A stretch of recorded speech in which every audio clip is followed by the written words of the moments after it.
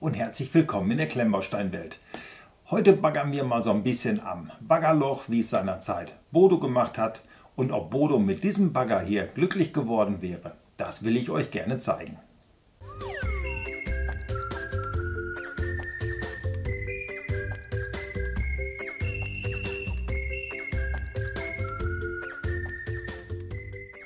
Mold King steht auf dem Karton drauf, also sollte auch Mold King draufstehen. 1830 Teile, ein bisschen gelitten hat der Karton während des Versands, aber das soll mich nicht großartig stören. Ich will nicht den Karton, ich will den Inhalt.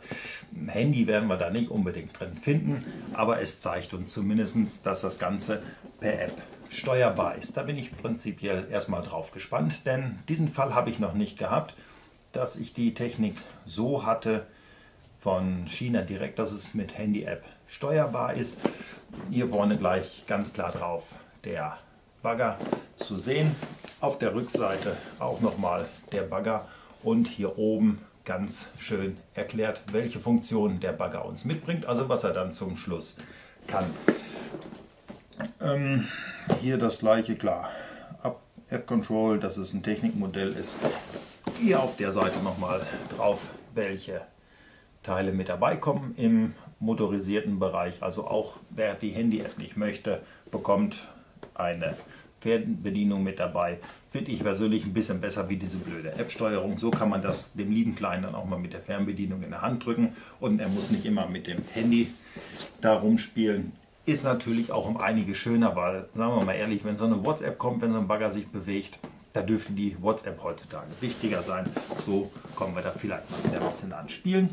Hier das übliche Sicherheitsblabla, verschluckbare Kleinteile, das CE-Zeichen, dass wir das Ganze dann auch in Europa so ohne weiteres kaufen können. So, dann schauen wir mal, wo hier der Eingang ist bei dem Karton. Der ist, glaube ich, hier versteckt. Ich hatte das Problem beim letzten Mal schon, dass irgendjemand hat mir hier mein Messer geklaut. Seht ihr mich überhaupt noch? Nee, ihr seht mich gar nicht. Ihr müsst ja jetzt mal kurz durch. Der guckt dann mal auf den Karton, bevor ihr hier auf den Onkel guckt. Ich glaube, der Karton ist dann auch ein wenig interessanter. Hier ist auch nochmal ein Klebestreifen, also ein Klebestreifen soll uns das Ganze nicht stören. Was ich euch gar nicht erzählt, jetzt reiße ich hier alles kaputt, um Gottes Willen, das Studio demoliert. Habe ich euch gar nicht gezeigt. Hier sind Carbonachsen drin. War das Carbon? Genau, Carbonachsen. Da bin ich mal gespannt drauf, inwieweit das besser ist wie eine ganz normale Kunststoffachse. Ich sehe schon viele Tüten. Kippen wir mal den ganzen Kladderer hier so einfach raus. Noch ein Karton mit dabei, da hat sich noch was versteckt. Und nun ist er leer. So, der Altpapierkiste freut sich wieder. Hier steht eine große 5, eine 2. Das hier ist, denke ich mal, Bauschritt sortiert. Auf dieser Tüte steht nichts, wo das hinkommt, was das für ein Bauschritt sein soll, indem wir ein Teil bekommen. Man darf gespannt sein. Ich sehe gleich auf den ersten Blick, es hat also nicht nur der Karton gelitten, es haben also auch beim Versand definitiv, ihr seht's, die Aufkleber böse. Ganz böse gelitten. Also hier muss dann Mold King doch mal an sich arbeiten und irgendwelche Stickerbögen bringen, die entweder genau hier in das Bauhandbuch mit reinpassen oder man hätte sie einfach hier in den Karton legen können. Dann wäre auch das nicht passiert. So, dann schauen wir mal hier rein. Hier können wir mal das Löchchen reindrücken. Das ist dann immer ganz witzig. Hat man ein Loch im Karton. Hier kommt dann natürlich die ganze Technik raus und hier kommt eine Baggerschaufel raus. Das verspricht schon mal, dass der gar nicht mal so klein wird. Hier ist die Fernbedienung, hier ist die Akkubox und hier ist eine zweite Akkubox und der Rest sind die Motoren, ein Verlängerungskabel und was wir noch brauchen. Damit ich hier nicht so viel rumknistern muss, ihr kennt das, packe ich das mal so weit aus, obwohl so laut sind die gar nicht. Ich mache es mal trotzdem. Machen wir das im Schnelldurchgang, kann ich hier ein bisschen was wegräumen, kann schon mal alles, was zur 1 gehört, das scheint also wirklich immer nur eine Tüte zu sein, das ist also nicht wie bei Lego ein Bauschritt hat mehrere Tüten. Das Einzige, was hier für alles zuständig ist, das sind die Pins. Die packe ich mir dann mal so auf meine Teller. Lange Rede, kurzer Sinn. Ich packe das Ganze mal weg und aus.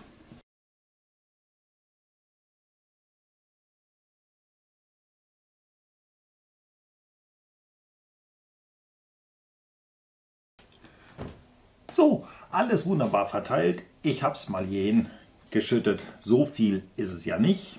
Ich habe mich auch hier genau an die Bauanleitung gehalten. Also hier steht es auch drin, man muss die Tüten öffnen. Ist immer sehr wichtig. Kleiner Scherz. Ist klar, dass Sie das hier hinschreiben. So, hier sehe ich gleich auf der ersten Seite, alle Motoren und alle Stecker bekommen einen Aufkleber, sodass es später überhaupt nicht schwerfällt, das Ganze durchzusortieren und wiederzufinden. Finde ich generell mal eine schöne Sache. Ich kann mich da an den Tow Truck erinnern, wo mich da auf einmal gefühlt 5000 Kabel angegrinst haben und ich auch irgendwann nicht mehr wusste, welches gehört wohin. In der Bauanleitung wird nichts, oh, hier steht mal alles auf dem Kopf, das ist wichtig, das ist lustig. Guckt man sich das an, könnte man jetzt denken, juhu, ich habe es falsch rumgedreht. Hier wird mal einmal von unten was erklärt. Was ich eigentlich sagen wollte, hier wird also nichts ausgegraut. Man sieht immer schön, was man zu tun hat und es bleibt alles in einer Farbe. Wir haben hier Bauschritte, keine Ahnung, doch 438 Bauschritte auf 168 Seiten. Die Seiten sind auch relativ matt. Das ist bei mir immer ganz schön mit diesem vielen Licht.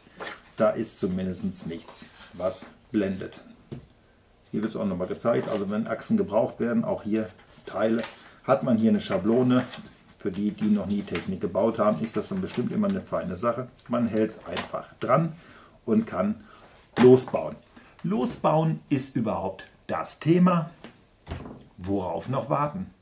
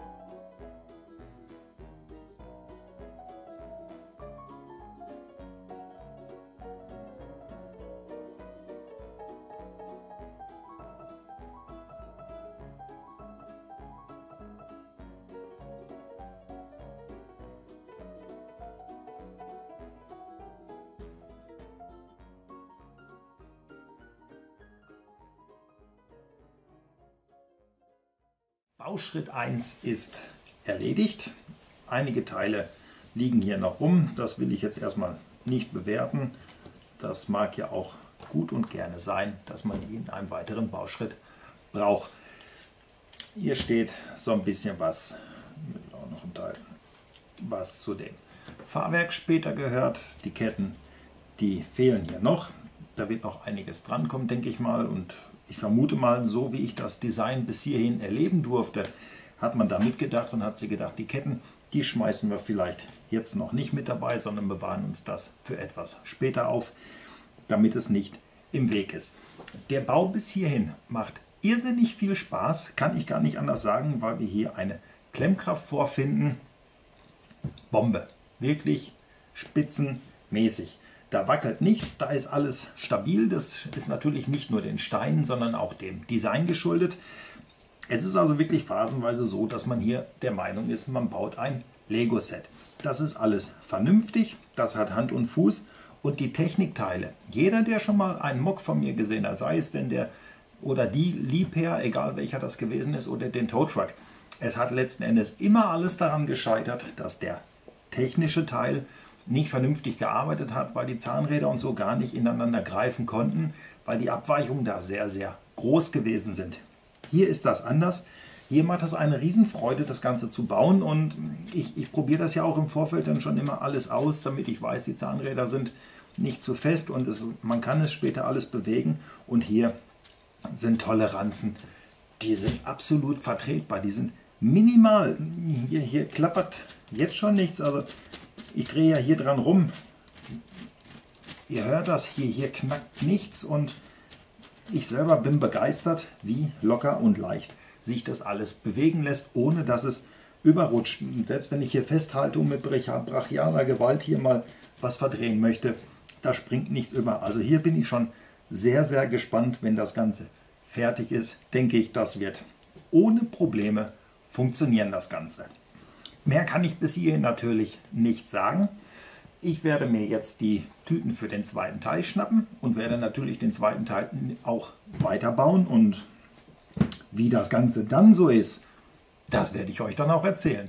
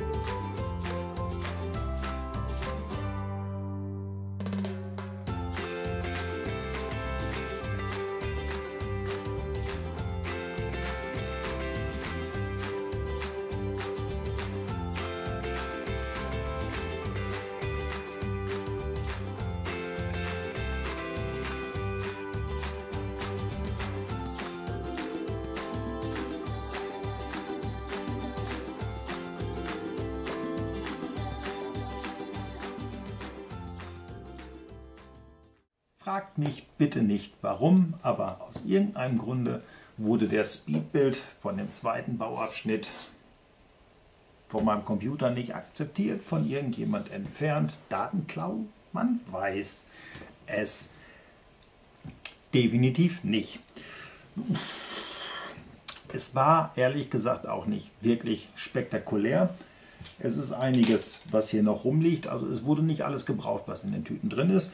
Was dazu gekommen ist, ich kann euch das mal hier zeigen. Die Motoren sind jetzt eingesetzt worden und es hat hier die Ketten, hatte ich vorhin gesagt, kommen anscheinend erst später. Kaum hatte ich es gesagt und umgeblättert waren sie dann schon da. Was ich euch jetzt schon mal zeigen kann, ich habe es natürlich schon getestet, es fährt schon. Und das, was ich vermutet hatte und was ich gesagt hatte, das ist definitiv auch so, wie ich es erwartet hatte. Es läuft wirklich gut. Und es ist auch nicht laut dabei. Und ihr hört das, ich muss jetzt hier aufpassen mit meinen Stecker. Also es knackt nicht. Es funktioniert einfach. Also da bin ich wirklich hellauf begeistert. Da bin ich mir hier über den Stecker gefahren. Also ihr seht das. Fahren funktioniert, es knackt nicht. Es fährt einfach. Also ich bin wirklich hellauf begeistert von dem, was Lesti mir hier als, nennen wir es mal, Friedensangebot nach dem Kran dann nochmal zukommen lassen hat. Ich weiß, das haben die jetzt nicht selber designt. Das ist bei Mold King. Na, geh einfach mal aus hier, Kollege.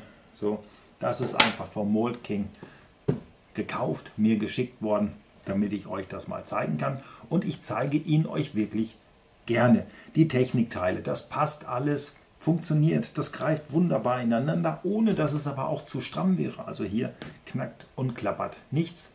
Es macht einfach nur das, was es soll. Und das finde ich wirklich wunderbar. Wirklich wunderbar. Damit die Freude hier jetzt nicht zu schnell abreißt oder wie auch immer, oder damit die Freude jetzt noch weiter wachsen kann, baue ich jetzt mal weiter. Ich achte natürlich darauf, dass dieses Mal auch das Bauen wieder irgendwo auf meinem Computer landet. Vielleicht finde ich das andere ja noch, ich weiß es nicht. Und wenn man das sieht oder wenn ihr das Video seht, dann wisst ihr, ob ich es gefunden habe oder nicht. Ich werde mal eine große Datensuchaktion machen. Bitte melde dich oder so, vielleicht rufe ich mal bei RTL an, sollen sie mal die Daten suchen. Naja, gut. Nichtsdestotrotz wird jetzt weitergebaut.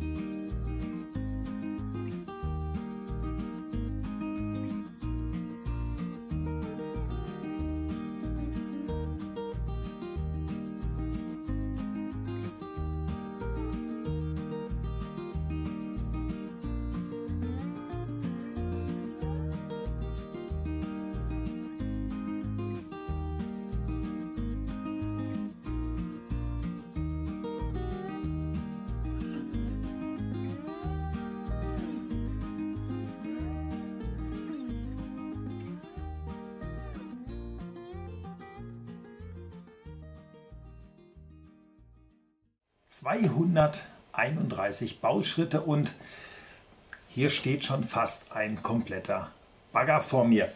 Ihr habt das in den Speedbuilds gesehen. Das macht schon irrsinnig viel Spaß. Hier bewegt sich alles. Ich habe noch ein bisschen Strom jetzt in dieser Akkubox drin, weil ich hätte hier rein theoretisch jetzt die ganze Zeit nur noch spielen können. Ich zeige euch das mal so ein bisschen, müssen wir noch ein bisschen vorsichtig sein. Das Ganze ist noch nicht vernünftig austariert. Das wackelt noch alles mächtig, aber ihr seht und ihr hört, das funktioniert. Ein Schreien von den Motoren, wie wir das eigentlich auch von Lego gewohnt sind. Aber ihr hört, hier sind keine Zahnräder, die überspringen.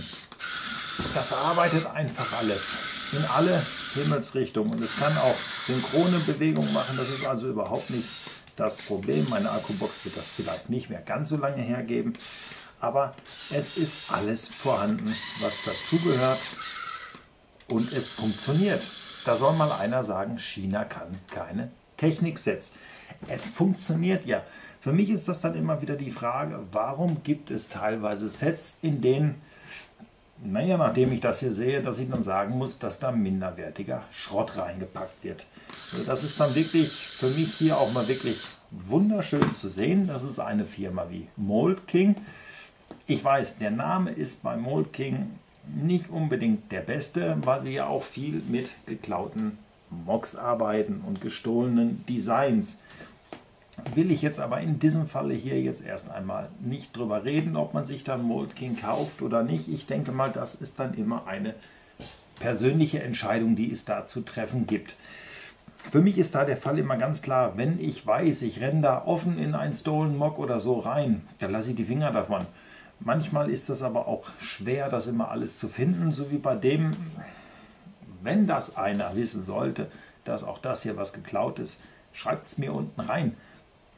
dann weiß ich es auch. Ich bin hier jetzt, ehrlich gesagt, aber mit ruhigem Gewissen dran, baue den und bin begeistert. Die Klemmkraft der Steine, wunderbar. Die Funktion habt ihr selber gesehen und hören können. Wunderbar, alles in bester Ordnung. Also dieser kleine Kamerad, bis hierhin macht er einem Lego Technik-Set in der Größe. Ich rede hier jetzt nicht von einem großen Liebherr-Bagger. Ich rede davon, in dieser kleinen Größe macht dieser Freund hier, Lego, enormen Druck, möchte ich mal sagen, was das Preis-Leistungs-Verhältnis angeht. Über Aufkleber können wir wie immer reden, sind scheiße, können wir nicht anders sagen. Wir lieben das natürlich, wenn das gedruckte Fliesen sind, die wir hier bekommen. Aber wenn ich das hier einem 12-Jährigen unter den Weihnachtsbaum lege, dem ist das völlig egal. Der will damit spielen und das kann er hier. Damit es ein Bagger wird, fehlt noch ein bisschen was. Und da würde ich sagen, alles mal wieder so ein bisschen kleiner machen. Und dann heißt es für mich weiterbauen.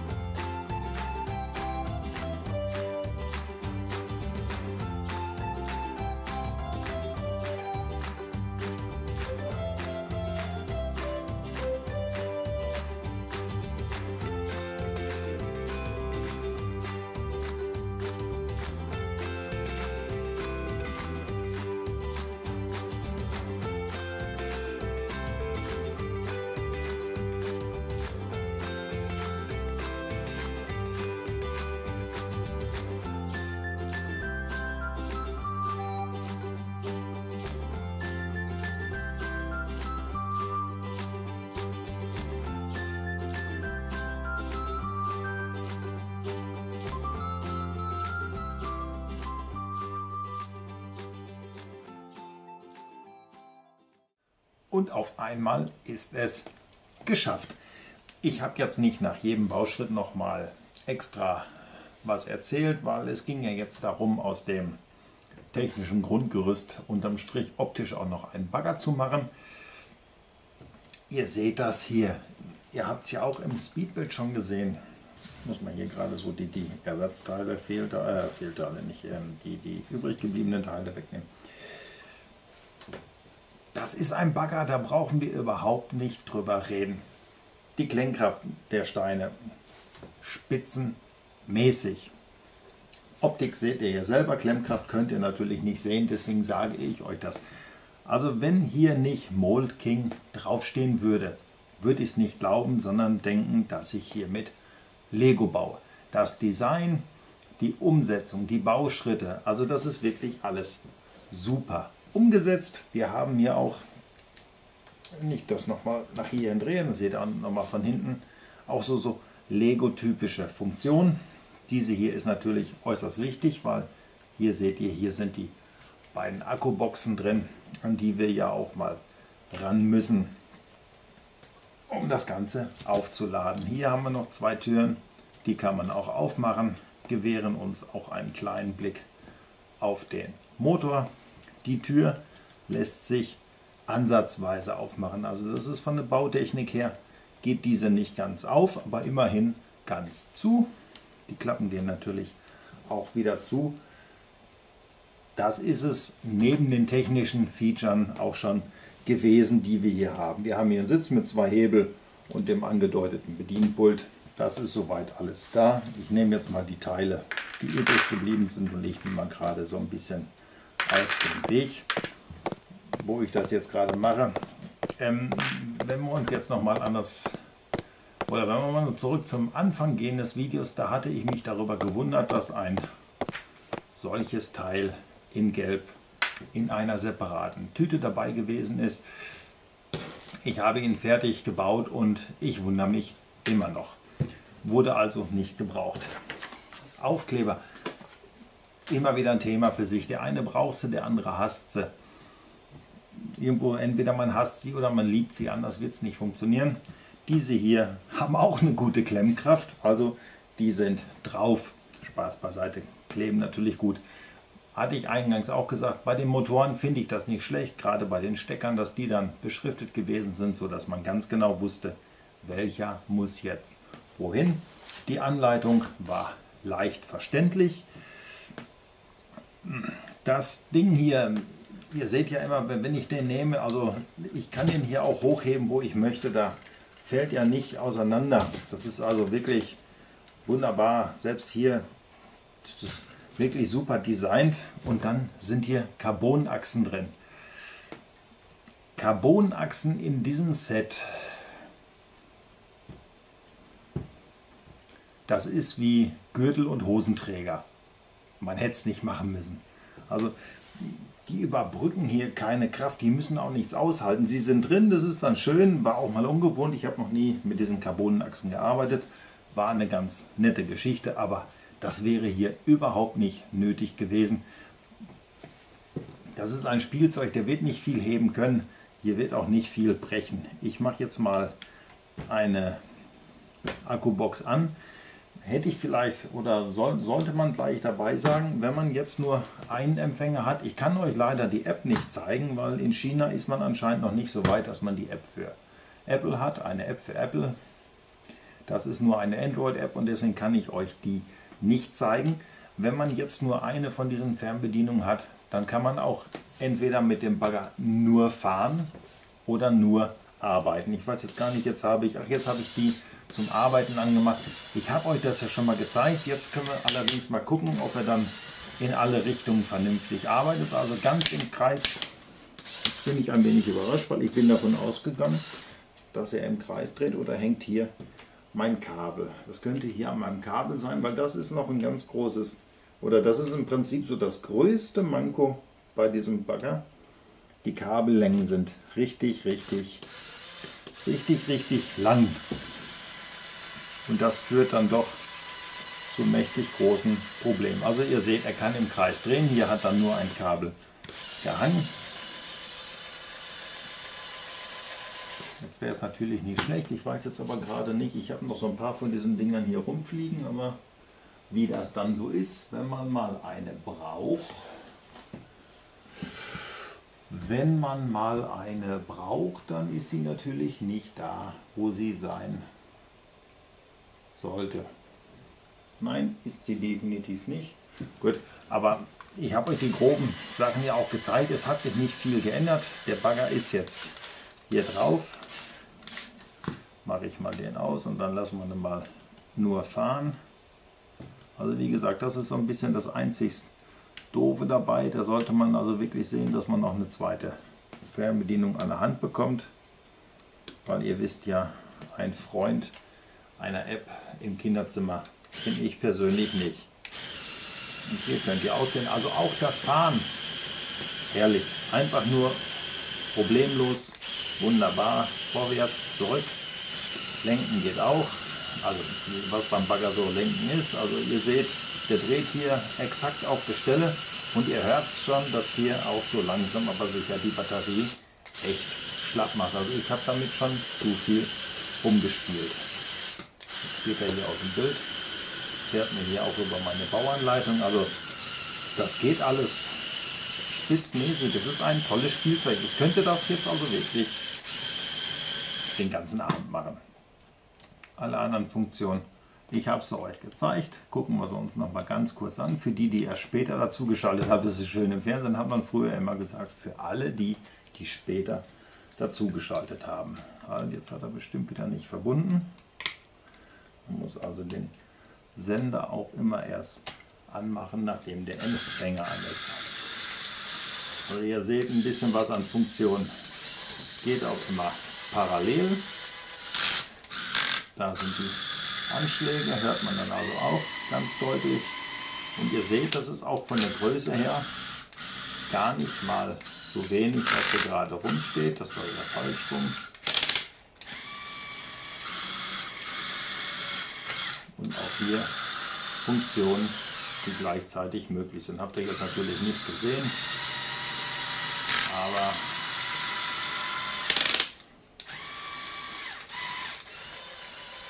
es geht wunderbar und er ist auch nicht sonderlich laut. Klar möchte man das als Elternteil nicht unbedingt morgens um 4 Uhr aus dem Kinderzimmer hören, dieses Geräusch, aber rein theoretisch ginge es.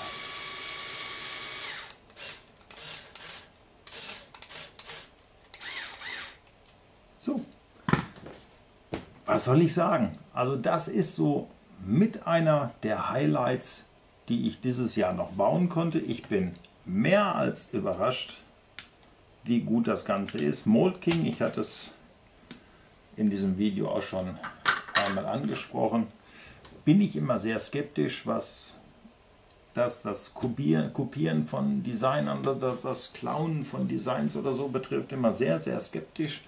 Habe mich deswegen an Mold King nie rangetraut.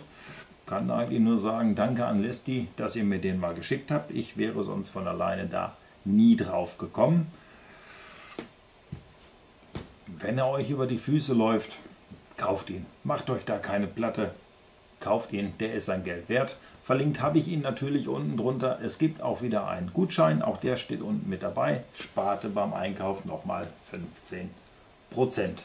Wie viel auch immer das jetzt bei denen auf der Seite ist, fragt mich bitte nicht, ich habe da jetzt aktuell nicht geguckt. Schaut da einfach mal rein, guckt auf den Preis, wenn er euch gefällt. 15% gibt es dann nochmal runter. Mehr kann ich für heute nicht sagen. Das Ding spricht für sich. Das holen wir dann nochmal hier ganz ins Bild. Also der ist wirklich schön. Wirklich sehr, sehr schön. Ich bedanke mich mal wieder fürs Zuschauen. Danke, dass ihr mir eure Zeit und euer Ohr geliehen habt.